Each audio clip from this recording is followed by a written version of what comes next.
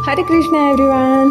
तो देखिए फिर से हो गई एक प्यारी सी सुबह और रोज़ की तरह मैं फिर से आ गई हूँ अपनी किचन में। जैसा कि मेरा डेली का रूटीन है, मैं सबसे पहले उनके लिए चाय बनाती हूँ, फिर नहा धोकर टिफ़िन प्रेयर करती हूँ उनके लिए। तो अभी तो मैं फ़िलहाल चाय बना रही थी यहाँ पे।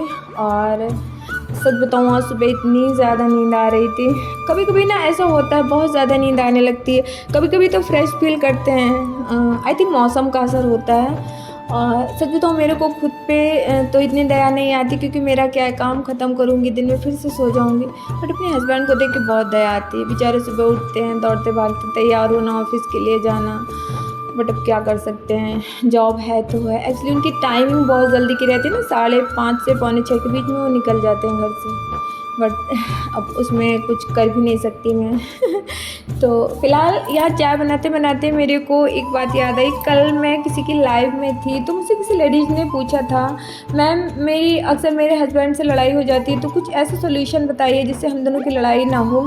तो उस टाइम तो मैं लाइव में थी, इतना कुछ लिख के समझा पाना पॉसिबल नहीं था मेरे लिए। तो मैंने सोचा चलो एक वीडियो बना के अपलोड कर देती हूँ। आई थिंक आपको अपने क्वेश्चन का आंसर मिल जाएगा। तो मैं आपको बताऊँ, हस्बैंड वाइफ में अगर लड़ाई ना हो तो फिर वो हस्बैंड वाइफ किस चीज़ के।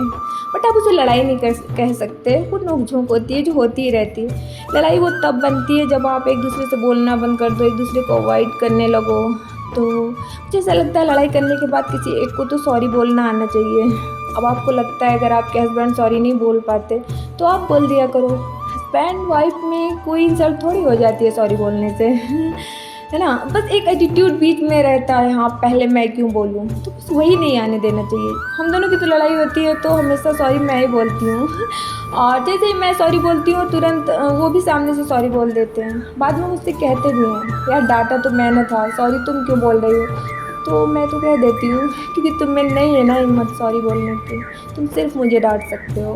तो फ़िलहाल मुझे ऐसा लगता है कि हमें हस्बैंड जो हैं वो पैसे हमारे लिए कमाते हैं, प्यार हमें करते हैं, तो डांटने किसी और को थोड़ी जाएंगे। जब उनकी हर चीज़ पे पहला हक हमारा है, तो आई थिंक डांट पे भी तो पहला हक हमारा ही होना चाहिए। गुस्सा भी हमें ही देखना पड़ेगा ना। तो मेरा तो यही होता है, मैं अपनी वजह से कभी डांट नहीं खाती हूँ, क्योंकि मैं हमेशा कोशिश यही करती हूँ कि कुछ ऐसा करूँ ना कि मुझे डांट पड़े। बट कभी कभी ना मूड ऑफ हो जाता है, किसी और ने गुस्सा दिला दिया, तो हर किसी को नहीं डांट सकते ना। जो अपना होता है आप उसी पे गुस्सा उतार सकते हो। तो मुझे लगता है यार शायद सबसे ज़्यादा उनकी अपनी मैं ही हूँ। सब कुछ जब मेरा है उनका, तो उनका गुस्सा भी मेरा ही हुआ। बस यही सोचकर मैं डांट खा लेती हूँ। और मुझे बुरा भी नहीं लगता। मुझे लगता है यार हर चीज़ पे जब मैं अपना हक समझती हूँ तो गुस्सा भी शायद एक्सेप्ट मुझे करना चाहिए, पूरे दिल से कर लेती हूँ मैं। और यहाँ पे देखिए मैं बना रही थी पास्ता अपने बेटे के लिए, क्योंकि आज उसका पास्ता खाने का मन था। तो फ़िलहाल ये ब्लॉग मैंने कल बनाया था, मॉर्निंग वाला आज का था, ये वाला कल का था। मैंने दोनों को जोड़ दिया एक में, क्योंकि कल मैं अपलोड नहीं कर पाई थी वीडियो।